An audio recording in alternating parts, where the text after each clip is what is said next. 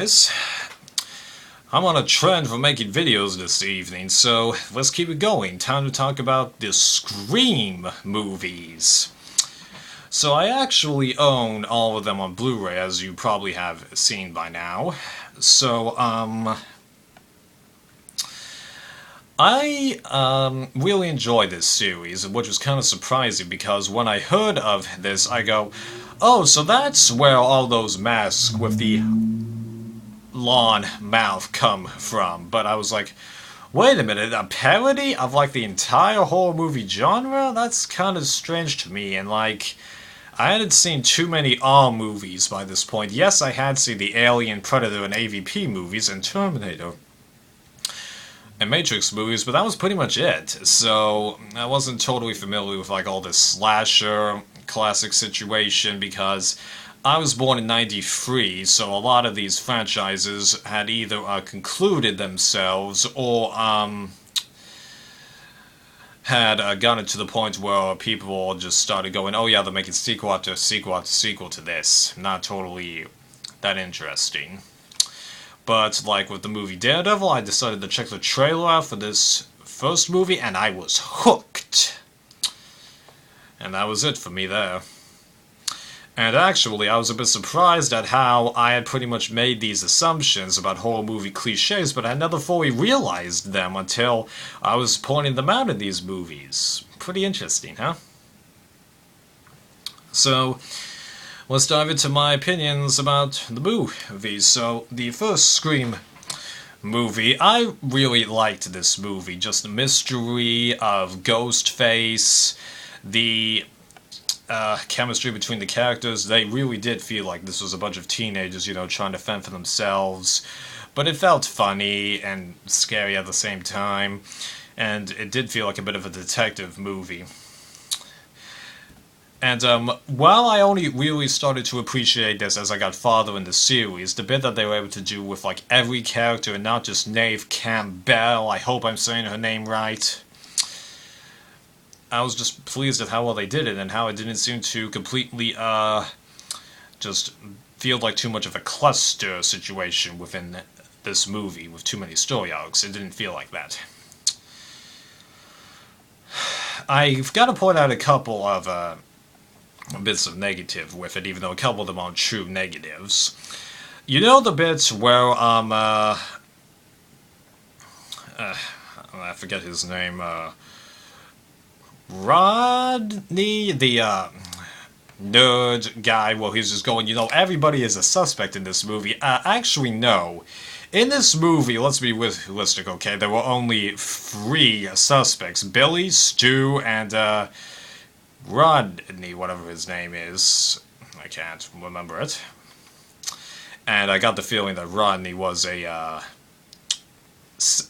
cover-up for the bad guys, so I thought for sure that it was either Billy or Stu, but I was supposed to learn that it was both of them. And also, the bits where they were actually, as Ghostface running after Nave, just... Could you not trip over anything more? That was just pathetic. I mean, like, I'm supposed to be scared of you, but I'm laughing half the time because you were so incompetent, tripping over your own feet and slamming into a door when you clearly have enough seconds to put off your hands and just... I'm kind of laughing just thinking about it because it's so stupid. Yeah. But still, great movie. 4.8, I think. Then going on to Scream 2, this was basically just as good as the first movie, if not more, because there were more suspects, a lot more characters to keep track of, and I felt more sympathy for, like, Gale and, the cop guy in here. That was pretty interesting. And I also liked how more menacing Ghostface was, because like in here, Ghostface was a lot smarter in what he did and tripping into stuff, because unlike Ghostface in the first movie, here, the only times Ghostface, stumbles or hits something is when he just can't stop in time, whereas in the first one, it felt like he could have stopped so many more times but didn't. And then this isn't a true like or dislike because I can't decide how I feel.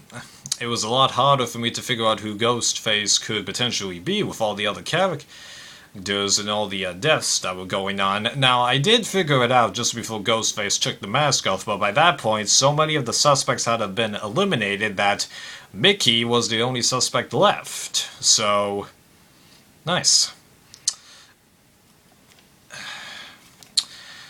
But also, well, it seemed like they had killed off Gale and the cop guy. I hated those deaths because I'm like, we've already lost one major character. Do we have to kill off more of them? And especially Gale getting shot or almost shot. That was just wrong. I mean, like, given the fact that the cop's death was a long time coming, it felt more justified. But, like, Gale getting shot, that came out of nowhere. So when she ended up getting out, I was real happy for her, which was ironic considering how I hated her in the first movie.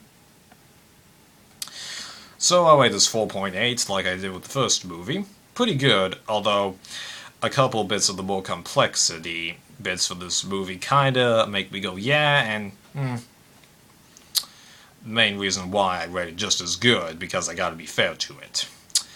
Now, the third movie, I'm going to go with the crowd and say that this is the worst movie of the series, both if you include the fourth one and not, because I just felt less, I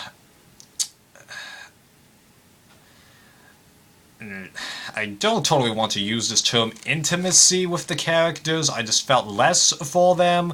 The humor was more like Will Ferrell humor, where it was stupid humor rather than funny humor. The suspects, they just felt stupid in here. I couldn't even really come up with a list. Ghostface goes back to being real incompetent again. The reasons for this, new killer coming up out of nowhere just felt kind of stupid, even though this is the overall mastermind of the entire trilogy, which is kind of what is supposed to happen in trilogies, where in the third movie the antagonist is responsible for everything else that has happened, but the reasons for it just felt stupid. The who Ghostface was came out of nowhere, and also Ghostface being just one person, still kind of annoying. And let's be realistic, Nave's character, she got the least to do out of all the main characters in here. So, not a big fan, but there were scary moments. It was nice to watch, and you do have to watch it, so I think I'll be a tiny bit generous and I'll give it 3. Okay? Kind of ironic that is the third movie in the franchise, huh? And it does meet the term, the cliche that the third movie in the trilogy is the worst, even though that is proved just as much as it is disproved, okay? Trust me, I could go on a good list about that. And finally, the fourth movie. I found myself surprised at how much I liked this, and just the new feel that the movie had, because yes, it does have a more modern feel, and the main characters do kind of feel like they've grown up, but in a way that helped, because now they're not freaked out doing everything they can. Here there's a little bit more of a strategy to it, which obviously would have made the movie harder to write, but also Ghostface in this movie has learned from the mistakes of the other Ghostface, kind of. And that's just, be more clever in the plotting, which is obviously why there were 2 people. The reasons that they had were actually fairly believable, and even though they all kind of tired out reasons done in other movies, the fact that they were done in a situation like this, it still felt fresh. And, who the killers were, I gotta admit, I couldn't really have predicted that coming. Although, oddly, I did feel like, wouldn't it be interesting if Knave's cousin actually turned out to be Ghostface? I thought that would be kind of interesting, and turns out I ended up being correct about that, so that was pretty clever. And I just love the supporting characters in here. They were all excellent, and I gotta admit, I actually did kind of feel sympathy for the bad guys, because while they shouldn't, be killing other people, the reasons that they have for it do give you a little bit of sympathy for it. It almost makes you regret them not succeeding, although not as much as Die Hard 3, because in that movie, that was a time where, even though I knew that the bad guy was going to be defeated, I gotta admit, I did not want to see the bad guy be defeated in that movie. And I was also impressed at how many new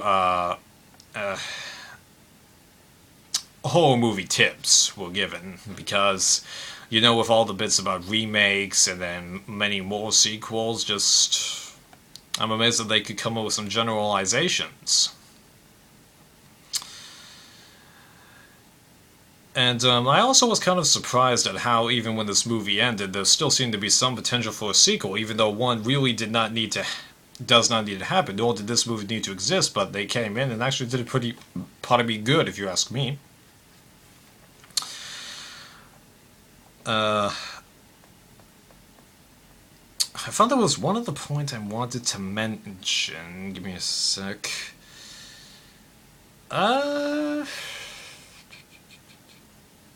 Actually, no. That pretty much sums up my thought on this movie, so I'll rate this just with 1 and 2, 4.8, although I think I'll rank this above 2, so the order from best to worst, I think I'm gonna go 1, 4, 2, 3, I think.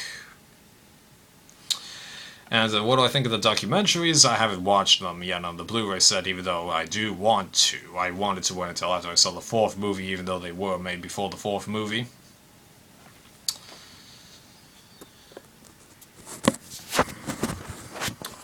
So I got this slasher classic out of the way. Now I just gotta get Saw out of the way. That'll be in a while, and then do the Nightmare movies. That's gonna take a while. I've barely started on that.